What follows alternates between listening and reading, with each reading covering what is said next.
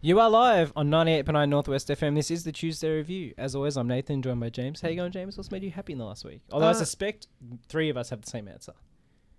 Yeah, I think we're going to have the same answer, so I'll do something a bit different because... Oh, no. It comes like I hated it. There's a really awesome Japanese restaurant that shut down during COVID that I just found out reopened next to my office.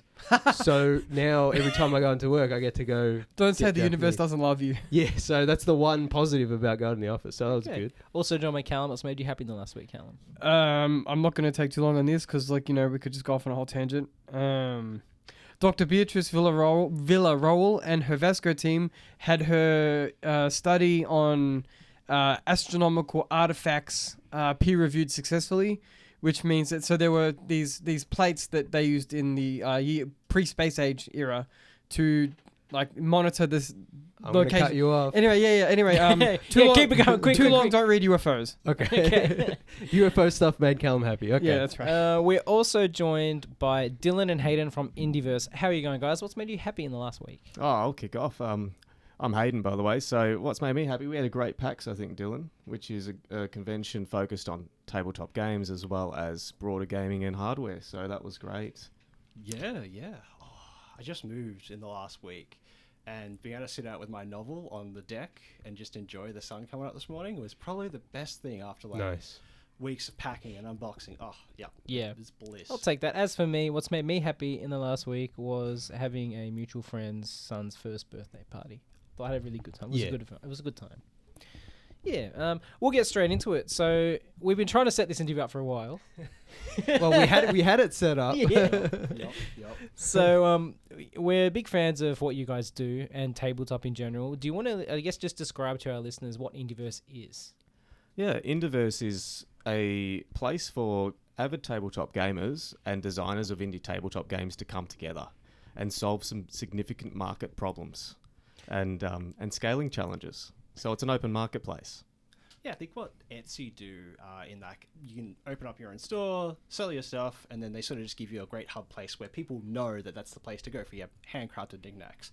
But we want to do the same thing for indie tabletop because there's just really not a great place to really stand out beyond trying to get people to Amazon or Etsy, really. The way Dylan, I think you were describing it is like Steam, but for board games and... I told you that's a good way to. That's a good way to think about it. That's a good way to think about it because our entry point to this whole challenge was that we happened to notice an explosion of these amazing new games coming out of so many crowdfunding platforms like Kickstarter and all the rest. And having some proximity to that industry, I was consulting a little bit, and we realized that actually 96% of those games never make it into a next channel. They never make it into wholesale. They never make it into distribution. They never make it into retail. And we're at a point where it's 5,500 games every year that come through crowdfunding that have no place to go because of their cost structure. That's crazy. I will actually just say as well for our live listeners, if you have any questions for Dylan or Haydn, please text in at 0447777989, 0447777989. Let us know what you think if you are listening. Sorry to interrupt. I just thought that might be a good idea. Yeah, well, that's pretty much it. That's how we came into it. And now we try and help these indie developers market their games. It's interesting because we've kickstarted a few products, and it seems like it's a very difficult thing to do, not only to raise the money itself, but then quite often the companies or parties who are doing their kickstarting or crowdfunding will often have trouble finding the I don't know the word, suppliers for, like the extras you get. Yeah. The manufacturing for like if you have to do the extra add-ons. And it's like there's all kinds of logistical problems. Yeah. So it's like, so what? That's what my... what are you guys trying to do to help that process along? Like what's... well, I think what's really interesting to call out there, and you touched on it, it's around the manufacturing process. Really lends the whole industry and market into a space of extreme risk. If anyone's considered trying to manufacture a product, especially have it sent overseas, considering the current conditions with tariffs and all the rest, what really drives me and motivates me with this platform is the fact that we're offsetting or alleviating some of this extreme risk for our suppliers. We don't really deal on the manufacturing side of things, but that leads to a lot of the risk and stress that can really ruin the market and the growth of the market. So essentially, we're trying to offset all of that pain and all of those challenges in distribution that really start and originate with that high cost to manufacture and all that risk that's associated with it. One of the big things that comes across as well when you talk about things like Kickstarter is they have a certain so Kickstarter obviously take a certain amount from each game that gets sold, every pledge that gets put through. That is such a different experience to what like brick and mortar retail and distribution have, that the costing just doesn't, it's not paralleled. So trying to like price up or sell something based on how much Kickstarter are taking versus, you know, the Etsy's, Amazon, like they're at a certain percentage. Retail brick and mortar is, again, that's another step up because you're thinking about people to pay, rent, roof overhead, supply channels. Like there's so many things that go into it that when you're a single person or a small group of people trying to get something funded just to get something either creative or constructive out there, it just doesn't really pair up. So we're trying to sort of be that same space where people can come in from like the expectations that they've had already set for themselves in that Kickstarter crowdfunding space, paralleled straight across to a place that's going to care about them after they've got their product out there, the campaign's over, and they're trying to figure out what's next. Yeah, and I really think there's a simple way to think about this, and this is what really kind of kicked me in the guts when I realized this about the market. It's about 100 times easier to go back to crowdfunding and make a new game than it is to get traction with the game you've already successfully crowdfunded. And that's not the way it should be. Yeah. It's rough. Yeah. Absolutely rough for them. Is it like instant fan bases, but like just for the one project, and then you have to rebuild it again? Is that what you're saying, or Kind of. It depends on the product, really. We've seen a couple of really, really successful indie developers here in Australia. Fragged, I think, is probably one of the ones to shout out. They, for the longest time, they were like, we just do crowdfunding because they have a group that gets bigger because people, obviously, it's a tabletop role-playing game. People buy it, they invite their friends over, they have a great experience, and then you have more people coming to like be excited about it when new stuff's coming out.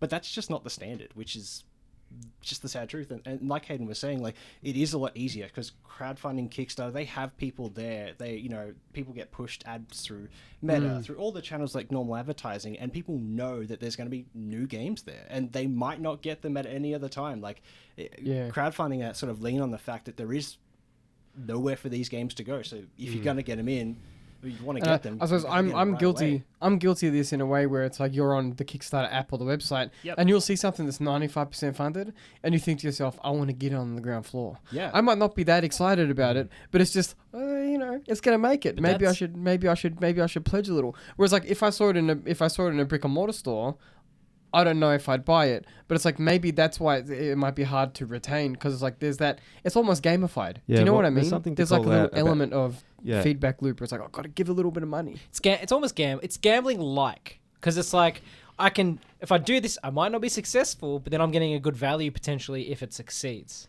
Yeah, and that's happened where we've tried to pledge games and then they failed. Or I've tried to pledge some games like JRPGs that I really like, and they fail. And I think on one hand I'm like, well, at least now I'm going to be saving $150. Yeah. But what happens to that team now? They've put all of this work into that project, and then it's just like, oh, well, we were, 12% away from our goal. It's all for nothing. That's right. And there's a lot to unpack there. But essentially what's super interesting about crowdfunding, I think Dylan was touching on it lightly, and if you think about the engine and how Kickstarter and GameFound and other crowdfunding models tend to work these days, is they actually source the funding to market these campaigns from the creators. They virtually don't put any of their own money into it. They put some resources into it, but quite often it is the platforms that are asking the suppliers to also pay for advertising campaign for the big moment where they unveil the campaign and then the campaign can kick off.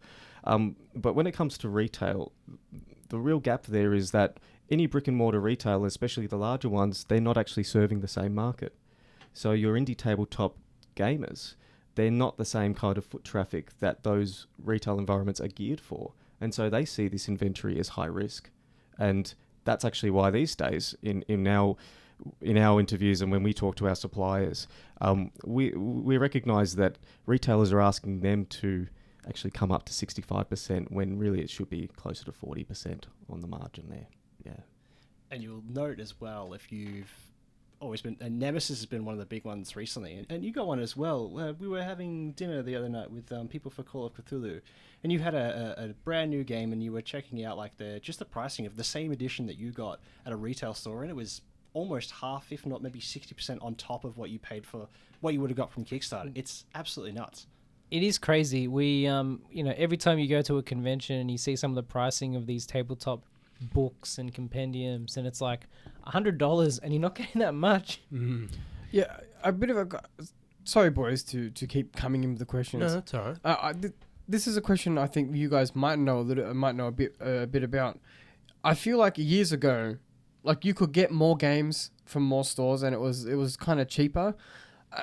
Do you think that has anything to do with the slow death of print, and not just print, but also like boxed tabletop games? And like your average shopping center, for example, doesn't like we used to have a local bookstore in our shopping center. Both of them are now gone. We don't have a hobby store at our local. We're like used to have hobby stores. Now you have to go to a place like High Point, for example, to go to where your hobby stores are, or the CBD. Yep. What changed in the market? Is it computers? Two things. Firstly, broadly with your hobby stores and gift shops, it's the internet. Okay, Yeah. and Amazon. basically these niche and hobby stores are collections of niche products, but now we can actually just search for them. The other thing in the context of tabletop, what's changed is that a lot of the new supply coming into the market, actually a huge percentage of new supply, which is new products, is coming through the crowdfunding model now, and their economics are completely different. That's one thing. So actually, I want to say friends of the show, Chaosium, in quotation marks. They recently launched a new Kickstarter for the classic Pendragon boxed set. And I thought, like, I understand it. Like you said, there's a lot of risk in that space. But in the old days, these companies, like whether it's Chaosium, Wizards of the Coast, or, TSR, whatever, I can't remember the name of the predecessor company. They used to just release books. They didn't ask people to give them money for it. They're like, oh, we have a new product. Do you guys want to buy it? Now it's, hey, we're thinking of bringing out a new product. Will you guys pay in advance? That's the other side of it. So we do see the medium to larger publishers jumping in on platforms, and actually you see this expressed on GameFound a lot more these days, where the average campaign value on GameFound is about 40 times that of Kickstarter. That's because larger publishers are utilizing these crowdfunding platforms to offset risk in introducing new product to market at the same time, which is a different kind of overcrowding on those platforms when we're trying to achieve our mission in helping indie game developers get that visibility and traction they need to scale.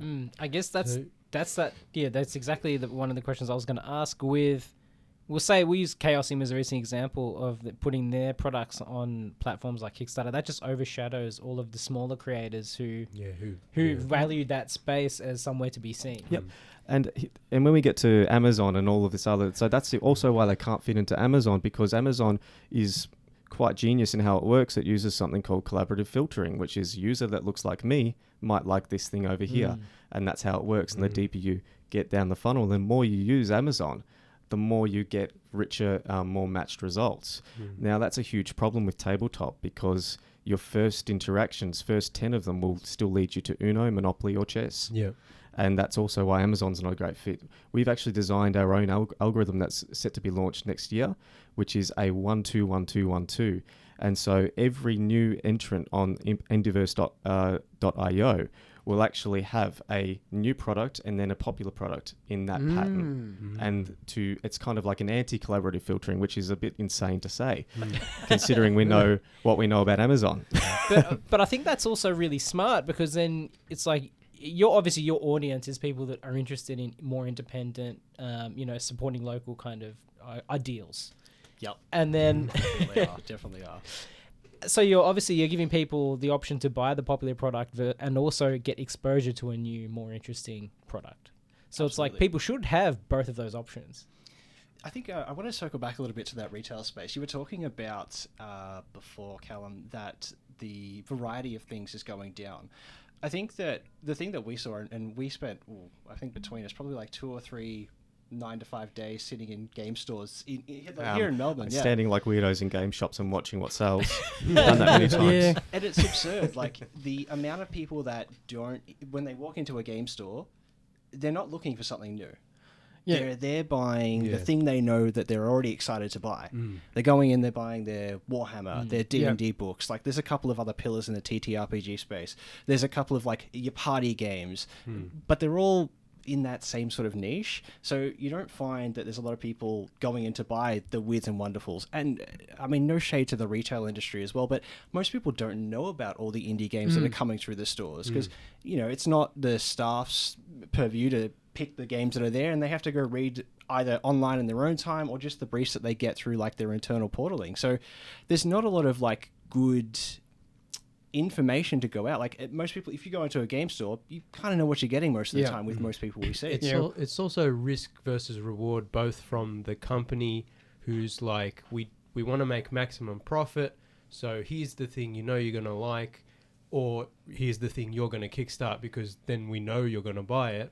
And also in terms of a person goes into a store, it's like, do I take a chance on this little weird game, or do I buy D&D because I know what that is and I know that's the safe choice? And so years and years ago, like 10 years ago, we went into a tabletop store, and like they had, I don't think Free League was out then, but they had like a whole bunch of like different tabletop RPGs, and they had D&D and Pathfinder.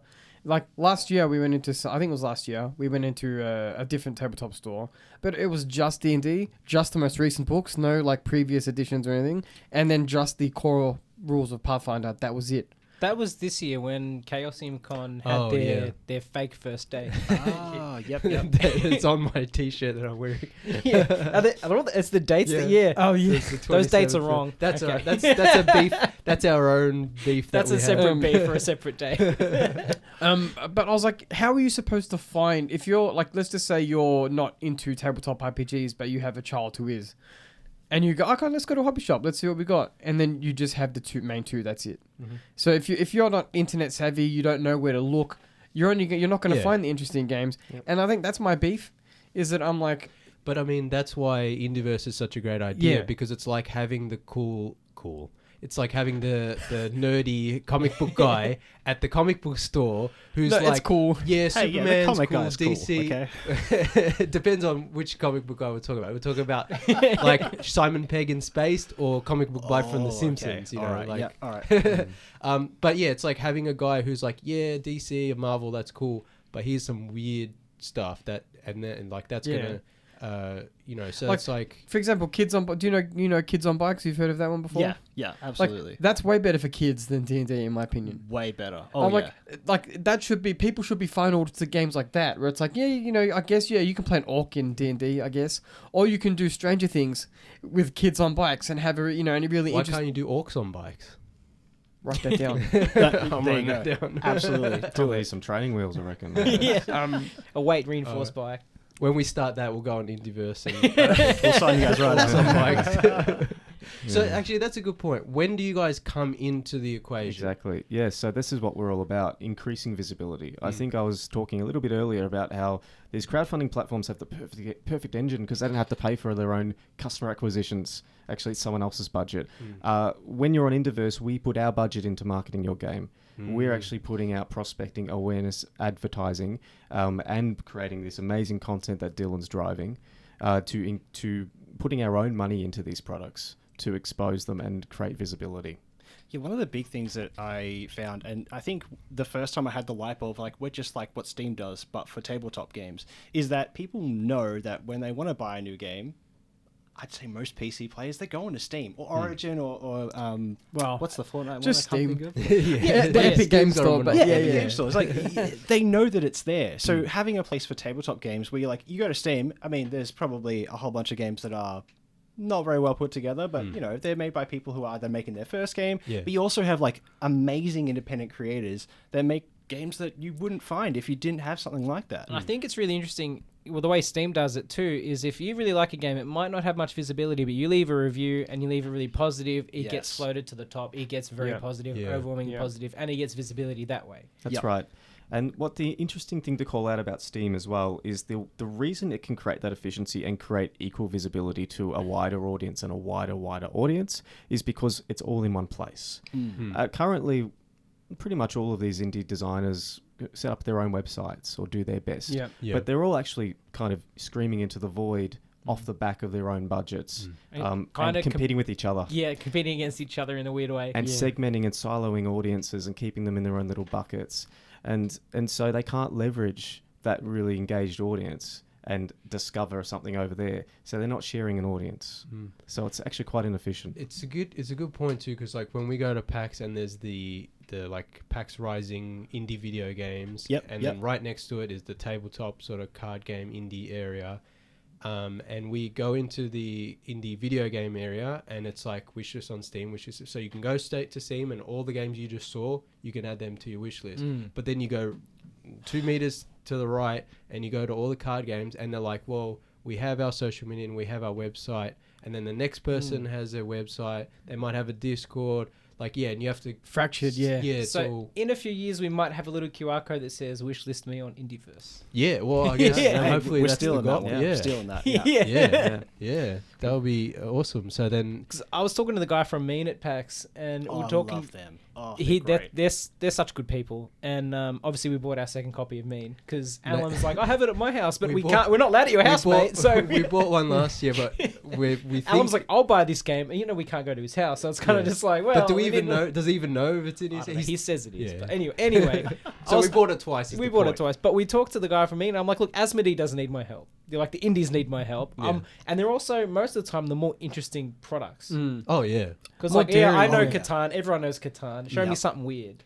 And like we played Cultured Swines, and that was my kind of Did you weird. guys see that? I loved that. Yeah. It looked so much fun. It was so much fun, except me and James are not on the same wavelength. Oh no. Yeah. You learn your But friends on that yeah, game. I'm thinking, yeah. So for the business side of things, are you guys going to have like a wish list section? Like, are you interested in only pushing products that you personally believe in, or are you going to have like, do you remember Steam had like a green light system? Years ago now. It doesn't exist now, but people could vote on it, and if it got enough votes, Steam would give it its backing, not just have it on the store. They would say, look at this game that people want, and it would be highlighted. We have have looked at this quite deeply, wishlist, but it's evolved into something a bit. Is that something you can talk about, Yes, or you'd rather I'll not talk I'll about talk it? about it. Yeah, you go. You go. Because I don't know, but basically, when you look at Facebook Marketplace, not happy with that. Okay, yeah. Okay, That's and so there's a swap system. Yes, it's a wish list, but actually there's a secondary market that's very underserved with the exit of Board Game Geek. They had a board game trading platform. Don't know if you know about that. no. Cool. But basically it's a wish list, and it's almost like a library. So if we have enough tabletop gamers in one city, it works the same way as early Netflix, basically. I like this game, you like my game. Oh, you send it in, and then you get sent. Interesting. No. So they would send it to you first, and then No, because that would be a satellite model, and that would never work because someone has to validate the pieces in the box. Oh, So yeah. no, it's just going to be people to people, Okay. and That's they can do that. Interesting. Yeah, it's a cool idea. it We'll was see a if it How works. would you guarantee safety?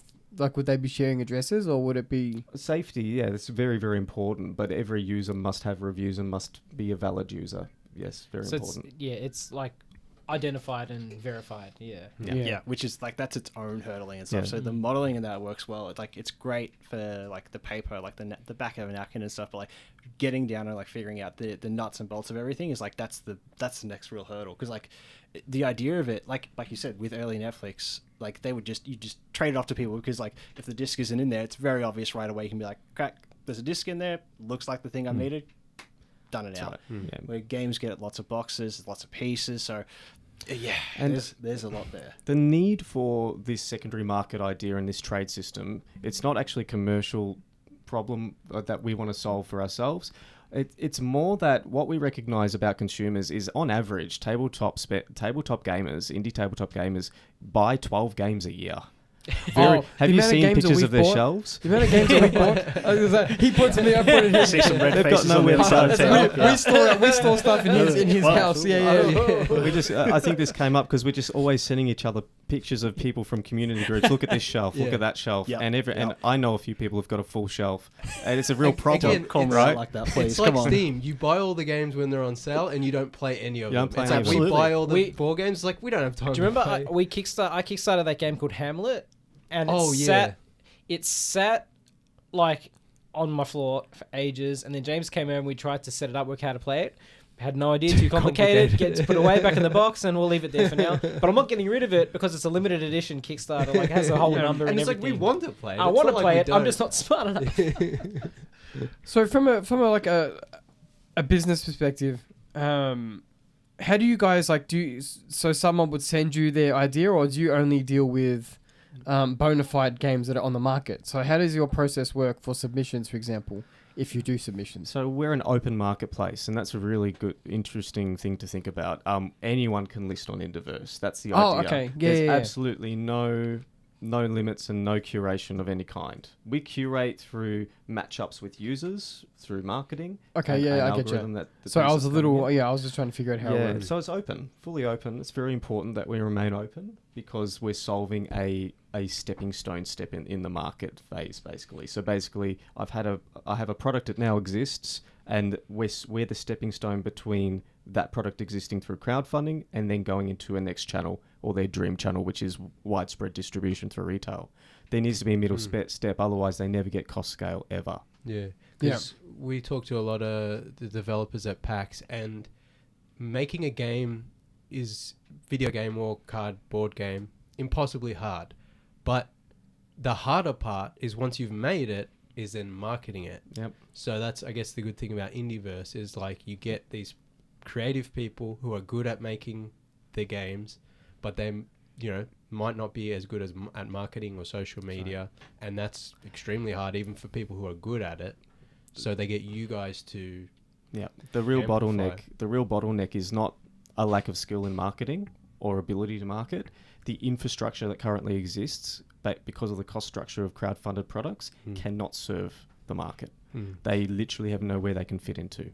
It's part of that segmented, like everyone having their own website, their own space to sell. Like there is no way for them to be like, it's effective for me to send someone to my website because I have to do that for every single person.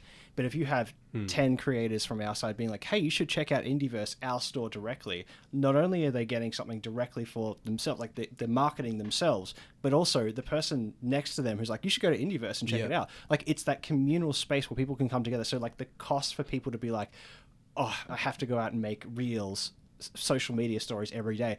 Direct people to Indiverse. Like make that the place that people come to go look for these games that aren't, you're not waiting 6, 12 months, 2 years to get something new. You can have something there. We're encouraging people to do like reviews, get like post crowdfunding reviews with people who are actually playing a finished product. They can show off like the best of what they've got out of a game, rather than just like playtest version stuff in like, cutouts and weird plastic boxes. Like you've got something solid there. So like encouraging them to do that, be like, cool, bring it all into the same space, because then people rely on the space that we're creating, that they get to take so much like creative like leisure with, that they can bring more people in. So it's that, we're going to draw it back to the Steam again, guys. I'm sorry, it's going to happen. Like that's the reason. Like when you want a new game, you go to Steam. You want a new tabletop game, you only go to crowdfunding at the moment. Like, there's just nowhere They should else. be going like, to Indiverse. Yeah, and like Nathan was saying, it's like the Steam reviews. It's like, well, you go there and you see the reviews, and then you go and it leads you It's to got the engagement and and community it's like kind a of recognition. snowball or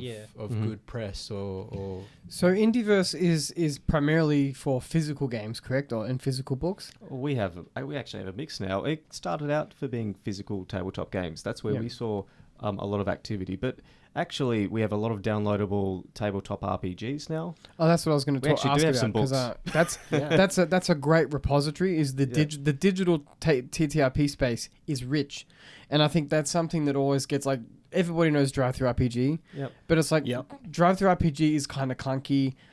Not clunky, but it's bogged down in the weight of 1 million submissions. It's do really you know what I surprising mean? you say that, because we hear that from tabletop RPG creators constantly. And what's interesting is we're not really we're not focused on tabletop RPG because Drive-Thru RPG exists. Yeah. But they keep coming to us and saying, I like the way your platform works and Yeah, usability much better. You need to be a keyword expert for something like Drive-Thru RPG. Oh, yeah. Because like because there's so much there. It's like you can't see the forest for the trees. So if you look up horror, for example, it's just Good luck. Yeah. There's Whereas like so much there. with Indiverse, if you're trying to sell a digital product for D&D, let's just say, I think that the way you were doing your algorithm makes it really great. So, you like orcs? Here's something interesting about orcs that you might not have looked into otherwise. So it's not only is it great for the physical distribution problems, but it's also kind of a hack for your more digital-oriented creators. Yes, it's a visibility solve. So yes, you'll get one game about orcs that everyone loves. People buy this game a lot, and this next to it is a game that came online in the last week or two. Yeah, And then there's another popular, and then there's another. Hey, that's another one. That must be so exciting for a creator, especially digitally, since their overheads would be a lot lower. It's much about more. fairness. It's about fairness is what it's all about. So visibility is about, quality and the equal opportunity to put this great product that actually, successfully crowdfunded and give it that next chance with a really qualified audience.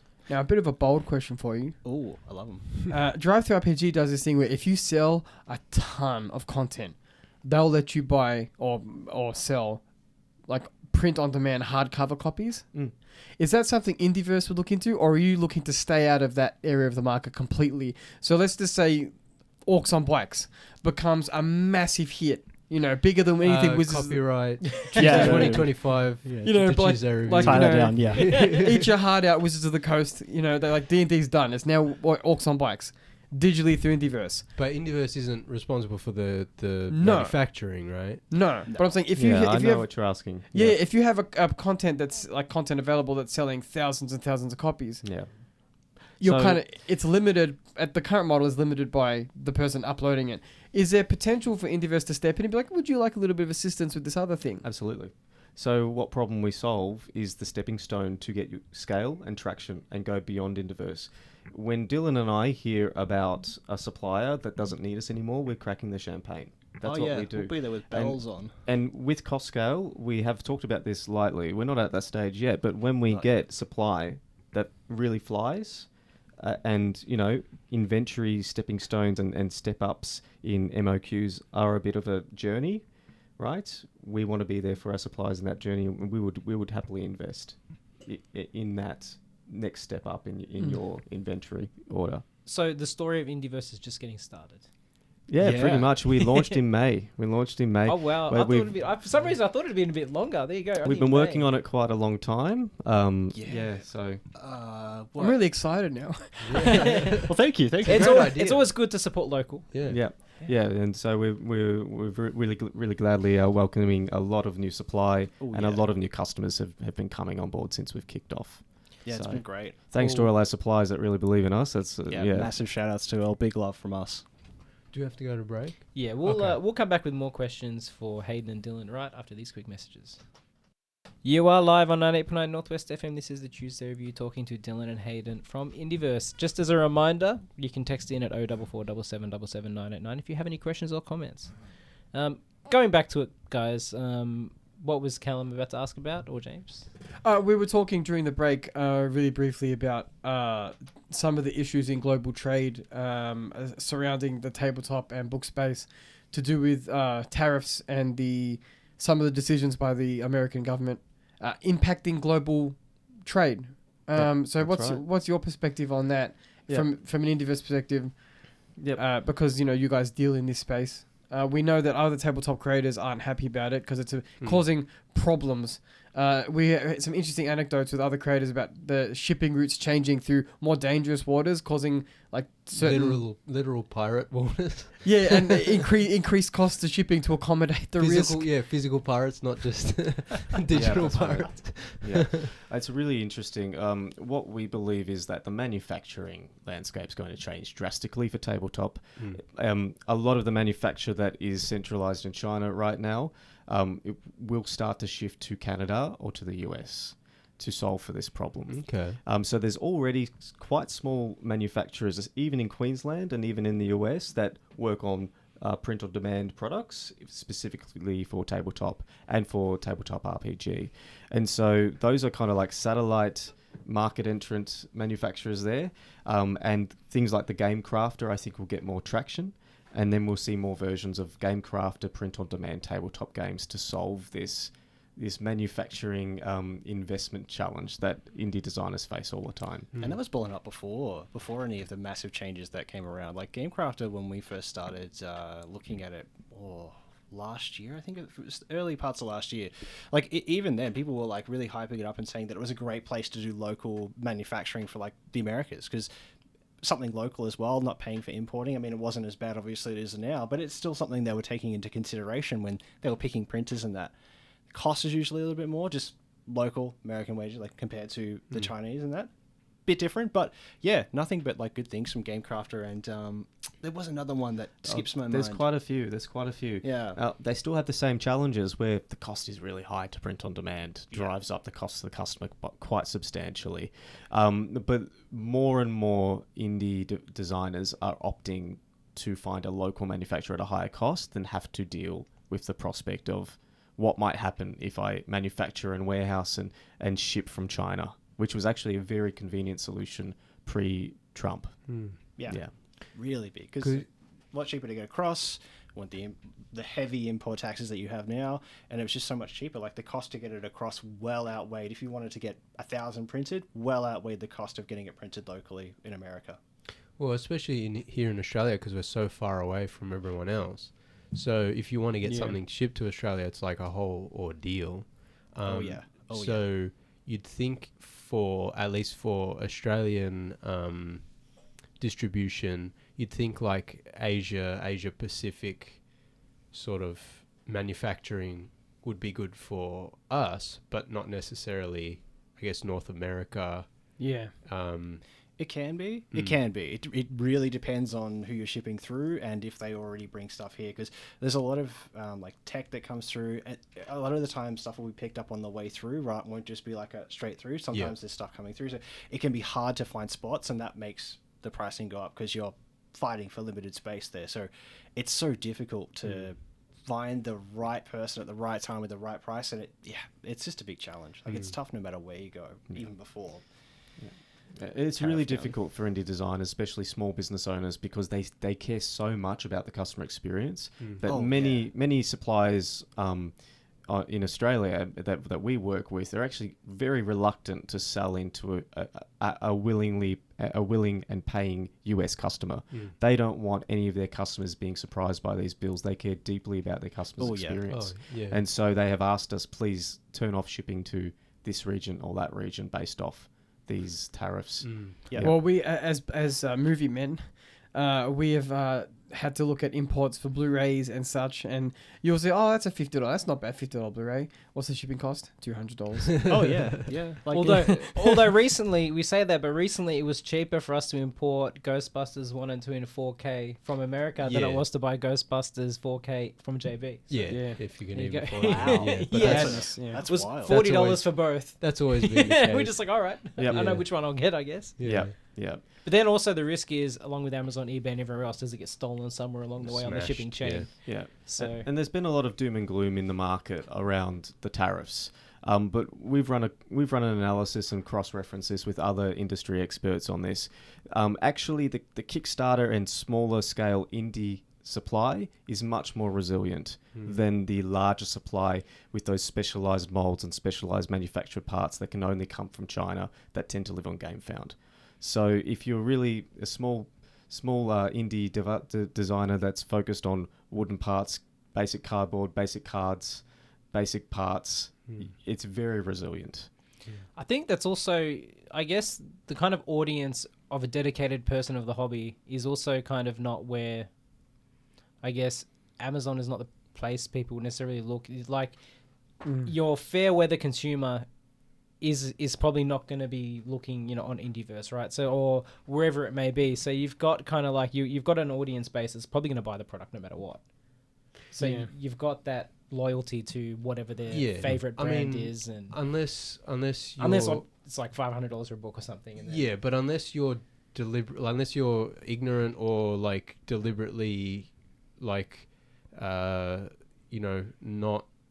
playing, not playing in good faith. Yeah. When you're buying an indie product, especially from a Kickstarter thing, it's like, there's going to be a cost and potential, like Freight Ally, our friends at Freight Ally, great game. They had to change manufacturers, and there was a whole thing. And at the end of the day, they wanted the best product for their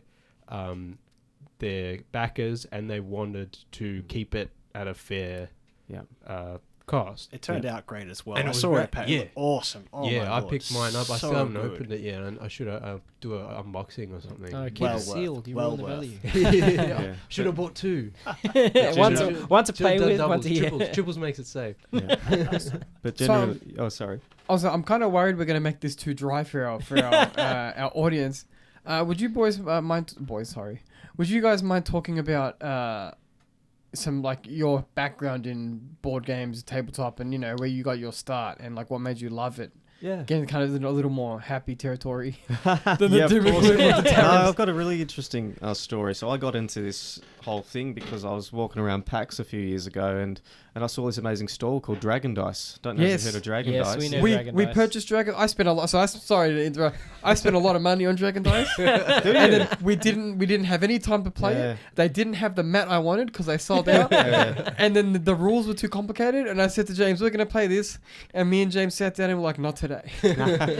Well, I was just walking around. I've always been really fascinated in products and such, and I thought, well, what's this? And turns out it's Warhammer, but for your pocket and without the investment, Yeah, and can be played anywhere. It turns out it has this fascinating history in the 90s. it's a great game.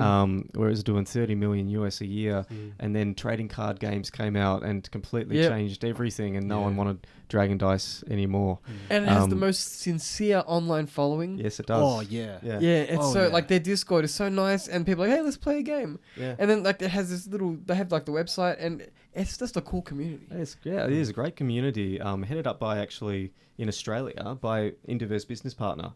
I got into that and I was like, "What's this about?" And Yeah. he said, "Oh, it's the best product ever." I said, "Yeah, it looks like." I a really noticed good you got. I know. product." I was looking on your website before the show. It's exclusive on Indiverse at the Yeah, moment. and I was looking. I was like, "Oh, Yeah. I know Cal's that- like getting his credit card out during the show. Yeah. I'm broke right now, but you know."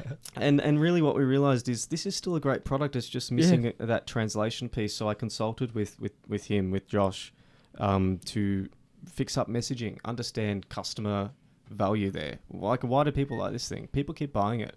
And they kept framing it in a certain way. So I did some work with him, and then through that really noticed these things about the market. That's kind of how I got into this whole thing in tabletop.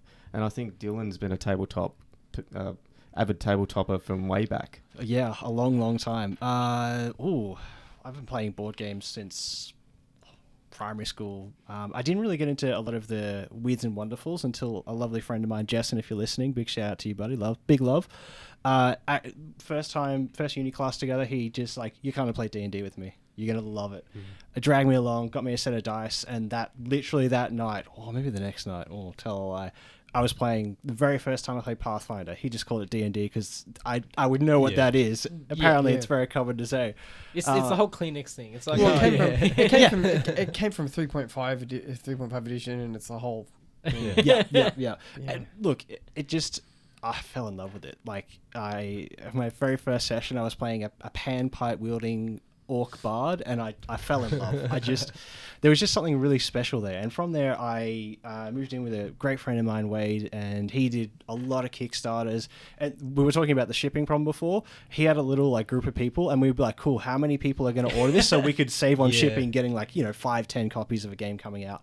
And we would get like print and plays, early access stuff. We would chip in and pledge and that, and I've just loved it ever since.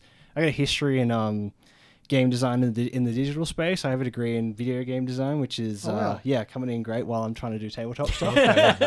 But back to analog. Oh no, they're related. Talk to Sandy Peterson. Yeah, he's done both, and apparently they work immensely well together. Oh yeah, there's a new one. Creative thinking. We're just seen at PAX Dolphin. I actually met them at TGX this year or last year, and they've done something very similar. So they've got like a strategy style video game and a classic battle, like playing Magic the Gathering card game as well. Both amazing. So yeah, there's definitely some ways in which you can parallel both systems. But from there, for me, it's just about the creative space. Like I love like getting under the hood with creatives. I can never start or finish anything creatively myself. Tell us. We know. We have those kinds of issues here. So like, what are our strengths? We can talk a lot of shit on the show, and we have the enthusiasm to come here every week and do it. We like talking to We creative have a people. crummy little then- studio and some microphones, so let's That's use right. that. We know our strengths, and that's kind of highlighting other people's Yeah, strengths. yeah. So that's what we can do. It's one of the things. You talk about marketing, and it's like with tabletops, it's not before you get to the marketing stage. Like you can write a product, but then now you have to make it look nice. And if you don't have I don't have a graphic design background, so you can make a product, but it's just a Word document. Yeah. Like that struggle of getting the Word document to what people expect is a gigantic barrier to I would pay money for like a little program. You're like, here's my Word document, and it's like, here's your ready to play. They have that now, but unfortunately, but it's all stolen. It's all stolen. No, but that's what's challenging. Even when you get that shiny product, how do you know it's what people wanted? Yeah, right? That's true. I think that's a lot harder, right? Exactly. Is that the right thing I should have put on the cover? Or is it this? Is that? Yeah. What do I say? And there's that perfectionism that comes with being a creator, and like even myself, who's not a creator directly, like even I'm like, we just got into, spent so many years not doing much of social media, and now doing the videos and that for us, doing the content that we do in social spaces. Even I'm like looking at like photos of like a game box like from this angle or that angle. I'm like, I can't. That's a photo, a single photo, not even a book with. See, this is where me and James fall. James cares too much, and I care too little.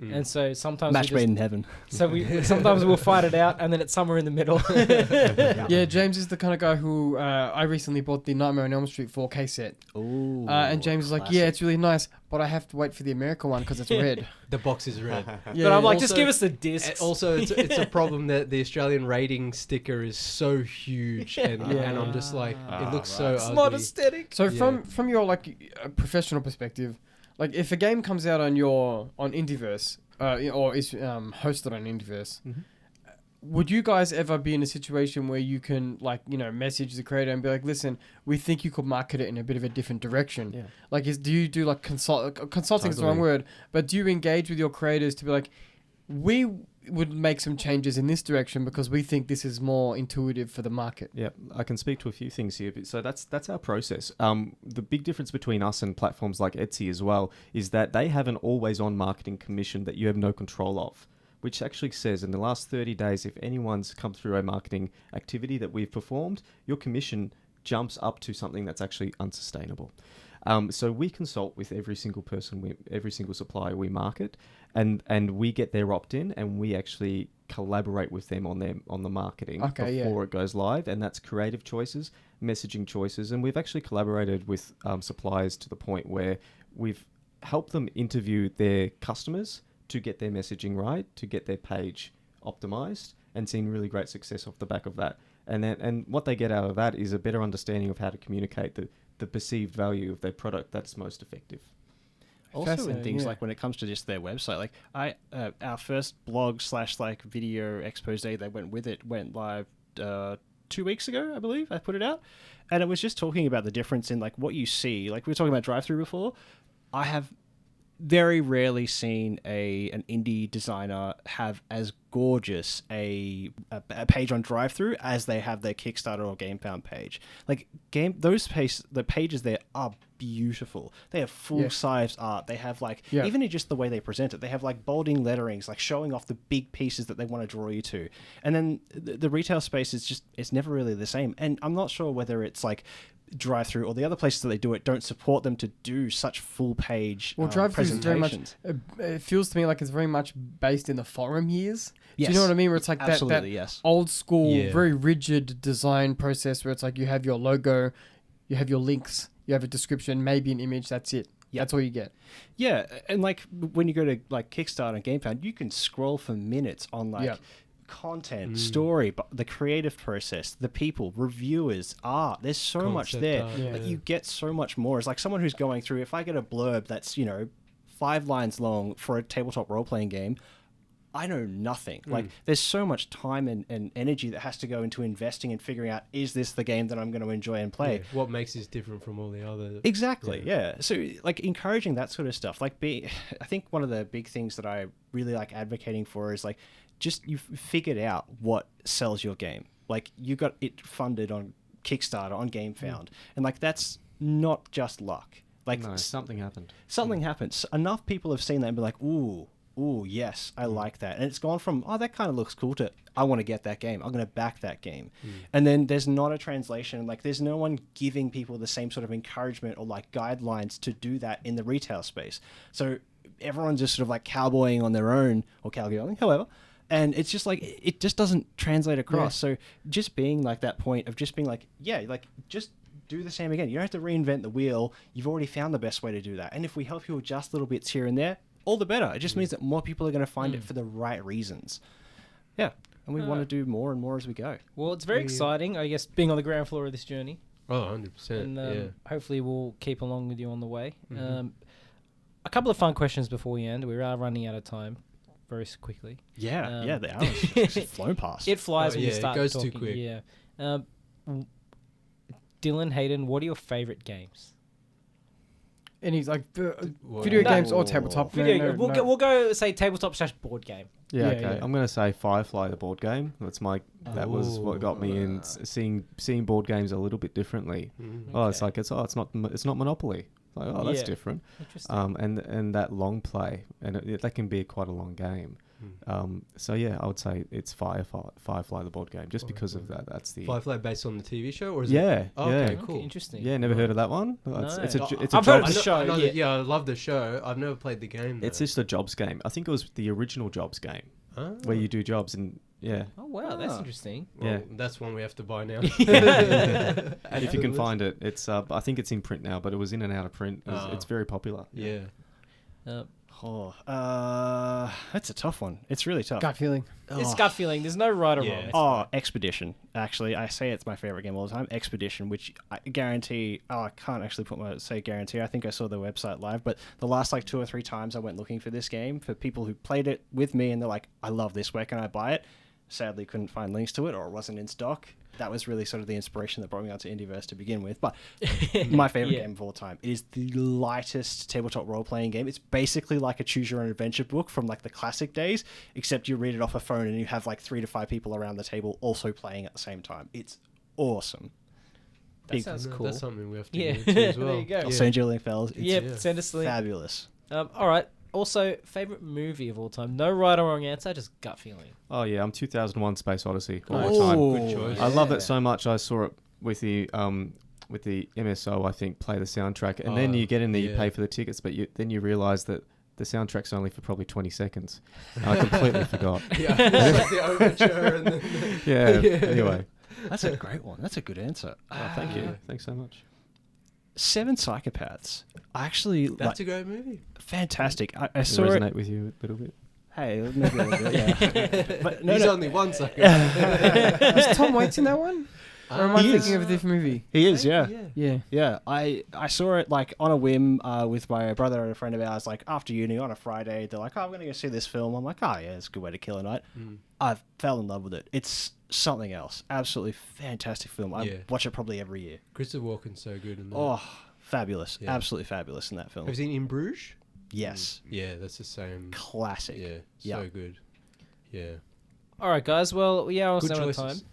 Good choices. Oh, We've thanks. never had there's never a wrong choice, but there are questionable choices. There are some choices Exactly. where we Exactly. we had questions. Yeah. Where can people find you? Indiverse.io. And if you And funnel how is through that there- spelled? It's Indiverse, Indiverse. So Indiverse, the universe of indie games. The only reason I said it was because earlier today when I was googling it, I was using Indie. I was like, I can't find it. The domain's registered, but I can't get on there. Yeah, more logical, but not as pretty. Yeah, that's it. Yeah, we wish you all the success, guys. And hopefully we'll be in contact soon. When you have something else you want to talk about, you can come back down and we can. Oh, we'd have love some more to. chit-chats. We Oh, can talk for yeah. hours about the industry and stuff and the stuff we've learned over our time. Yeah, we can. Thanks for your time and thanks to your listeners. No, thank you. Thank you. You can catch the Tuesday View on most of the socials. So on Facebook, Instagram, Threads, because it just auto posts now. Yep. On Blue Sky. It's so nice, isn't it? And it is, yeah. Because we just Makes abandoned things easier. Threads, and then all of a sudden it just started cross-posting, and I'm like, It's like, oh, oh, yeah. okay, I'm not going to touch it. We're also on YouTube at Tuesday View AU. Keep an eye on YouTube for all the PAX footage and stuff that's coming We've got eventually down the line. Maybe half of the PAX interviews up there, so go check those out, and we're still editing the rest. The rest will be coming. We're also on Letterboxd. I'm Nathan B_90. I'm Channeldrifter, And I'm Callum Tuesday. And Alum is Alum20, but he's not here yet. and he so never posts he anything. never posts, but that's it. I bet he is there. Are you guys on Letterboxd? No. Not on Letterboxd. We're on Instagram and Facebook at the moment, looking at possibly going to Blue Sky as well. There's a lot of indie creators in that space. Yeah. Very popular there, yeah. I would say if you make and a YouTube. and YouTube, very good.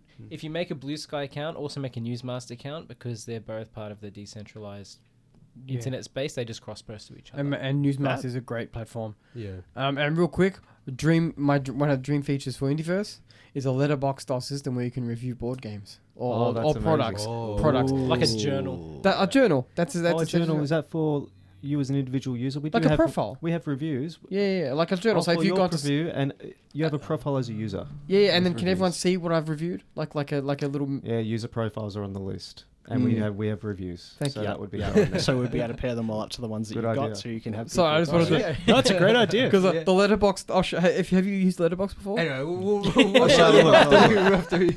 It always comes back to movies. Yeah. See my movies I've watched lately. Anyway, we'll be back next week with more amazing discussions. Hopefully a Halloween episode. Yeah. We'll be back next week. Adios, cousins.